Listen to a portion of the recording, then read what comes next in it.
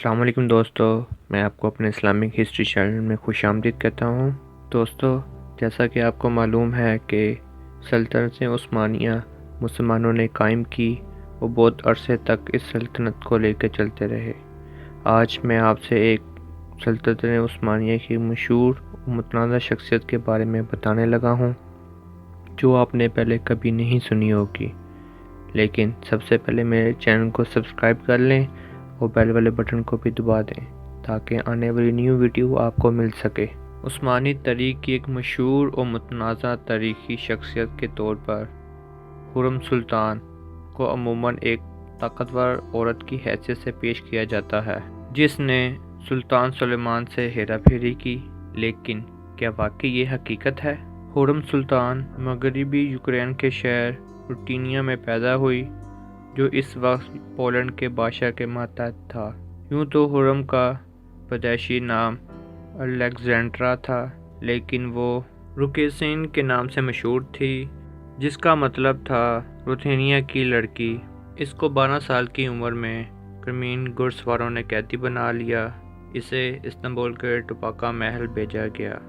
بہت سالوں تک محل کے آداب کے مطابق تعلیم یافتہ اور تربیت حاصل کرنے کے بعد اسے خرم کا نام دیا گیا، جس کا مطلب ہے فارس کی خوش شکل، کیونکہ وہ مسکراتے چہرے والی ایک اچھی مزاج والی لڑکی تھی۔ کہتے ہیں ہر مضبوط مرد کے پیچھے ایک مضبوط عورت کا ہاتھ ہوتا ہے۔ یوکرینی مرد اور عورتوں کو دنیا کے سب سے خوبصورت لوگوں میں شمار کیا جاتا ہے۔ کیا خرم واقعی خوبصورت تھی؟ اس کے زندہ بچ جانے والے چند پورٹریٹ اور اس کی شکل کے ممکنہ زیور سے متعلق بیان کی وجہ سے اگرچہ وہ ایک دوسرے سے مشابہت رکھتے ہیں، یہ کہنا مشکل ہے کہ آیا وہ واقعی خوبصورت تھی جتنی وہ بیان کی گئی ہے۔ تاہم اس کی ذہانت اور مسکراتا چہرہ اس کی مشہور چیز تھی۔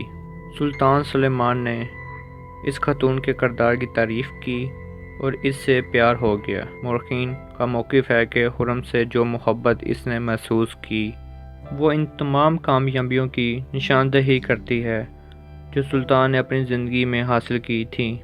سلطان سلیمان نے اس وقت خرم سے ملاقات کی جب وہ تخت نشین ہوا، اور اگلے ہی سال ان کا پہلا بیٹا شہزادہ محمود پیدا ہوا۔ محمود کے بعد خرم نے سلیم، بیدریہ، جہانگیر اور پھر خرما کو جنم دیا، جس نے بعد میں رستم پاشا سے شادی کی۔ محمود سلطان کا پسندیدہ بچہ تھا، لیکن طاعون کے مرض کے نتیجے میں کم عمری میں ہی فوت ہو گیا۔ اپنے بیٹے کی یاد میں سلطان نے استنبول میں ایک مسجد تعمیر کی۔ کہا جاتا ہے کہ خرم نے شادی سے پہلے درخواست کی تھی کہ اسے آزاد کرایا جائے۔ جب سلطان نے خرم کی شرائط سے اتفاق کیا تو عثمانی سلطان نے تاریخ میں پہلی بار اس لڑکی سے شادی کی۔ اس وقت تک تمام عثمانی شہزادے ان اضلاع کے لیے روانہ ہوئے تھے، جن کو ان کی ماؤں کے ساتھ گورنر مقرر کیا گیا۔ جب سلطان کی پہلی اہلیہ اور اس کی ماں فوت ہو گئیں تو سلمان کی دوسری بیوی مہدیورن نے اپنے بیٹے مصطفیٰ کے ساتھ محل چھوڑ دیا، اور پھر خرم سلطان محل کی واحد طاقتور خواتین بن گئی۔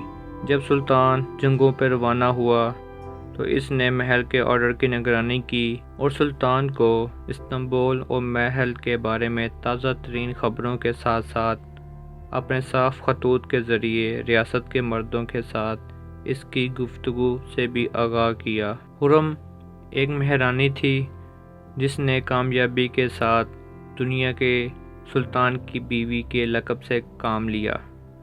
ایک دن خرم سلطان بہت بیمار ہو گئی اور اپنے آپ کو فلاحی کاموں کے لیے وقف کر دیا۔ اس نے استنبول کے سکی کے پڑوس میں تعمیر شدہ ایک گنبد مسجد کے ساتھ ساتھ چشمہ، ایک غریب گھر، مدرسہ اور ایک ہسپتال بھی بنایا۔ وہ ہسپتال آج بھی بیمار لوگوں کے لیے اپنی خدمات پیش کرتا ہے اور خرم کی یاد کو خوبصورت بناتا ہے۔ خرم کا انتقال 1558 میں ہوا اور اسے سلیمانی مسجد کے صحن میں دفن کیا گیا۔ سلمان نے ایک مقبرہ تعمیر کروایا تھا جس کا اندرونی حصہ شاندار ٹائلوں سے سجا ہوا تھا۔ کہا جاتا ہے کہ سلمان اس قدر غم زدہ تھا کہ اپنی اہلیہ کے انتقال کے بعد وہ دوبارہ زندگی سے لطف اندوز نہیں ہو سکا۔ جب سلطان سلیمان فوت ہوا تو اسے اس کی بیوی کے ساتھ دفن کر دیا گیا۔ کیا خرم سلطان ایک اشتعال انگیز خاتون تھی؟ سلطان کا ایک بیٹا شہزادہ مصطفیٰ تھا جو کہ سلطان کی دوسری بیوی میں سے تھا۔ شہزادہ مصطفیٰ خوبصورتی اور بہادری میں اپنے دادا سلیم اول سے مشابہت رکھتا تھا اور توقع کی جاتی تھی کہ سلطنت عثمانیہ میں جانشینی کا کوئی باقاعدہ نظام نہ ہونے کی وجہ سے بڑے شہزادے جو کہ مصطفیٰ تھا تخت نشین ہوگا۔ شہزادہ مصطفیٰ کے قریبی حلقے نے انہیں اقتدار کے حصول کی ترغیب دی اور کچھ عرصے بعد اس نے بعض اوقات ایسی باتیں کرنا شروع کی جیسے وہ سلطان ہو۔ شہزادے کی اس حرکت سے سلطان سلیمان مشکوک ہو گیا اور جب سلطان نے اپنے ساتھ اپنے بیٹے کی دھوکہ دہی کے شواہد اکٹھے کر لیے تو سلطان نے شہزادہ مصطفیٰ کو پھانسی دے دی۔ کہا جاتا ہے کہ خرم سلطان جو سلطان کے بعد اپنے بیٹوں کو تخت نشین کرنا چاہتی تھی نے سلطان کو شہزادہ مصطفیٰ کو مارنے کے لیے ورگلایا۔ کچھ مورخین نے خرم اور اس کے داماد رستم پاشا پر بھی الزام لگایا ہے کہ سلطان کے وزیر ابراہیم پاشا کے قتل میں بھی انہی دونوں کا ہاتھ تھا۔ خرم سلطان کو ان واقعات پر افسوس نہیں تھا، نہ ہی وہ نتائج سے ڈرتی تھی۔ سننے میں آتا ہے کہ مصطفیٰ نے ثابت کیا تھا کہ وہ اپنی لاپرواہی کی وجہ سے تخت نشین ہونے کے لائق نہیں تھا۔ اگرچہ وہ بہادر تھا لیکن اس کے پاس دو خصوصیات تھیں، ایک صبر اور دوسرا محتاط ہونا۔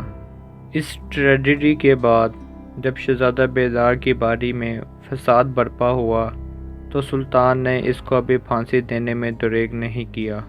ان اوقات میں سلطنت عثمانیہ کے سلطان اپنے پیاروں کو بھی قربان کرنے سے دریغ نہیں کرتے تھے۔ دوستو، آپ کو میری آج کی ویڈیو کیسی لگی؟ لائک، شیئر اور سبسکرائب کرنا مت بھولیے گا۔ شکریہ۔ اللہ حافظ۔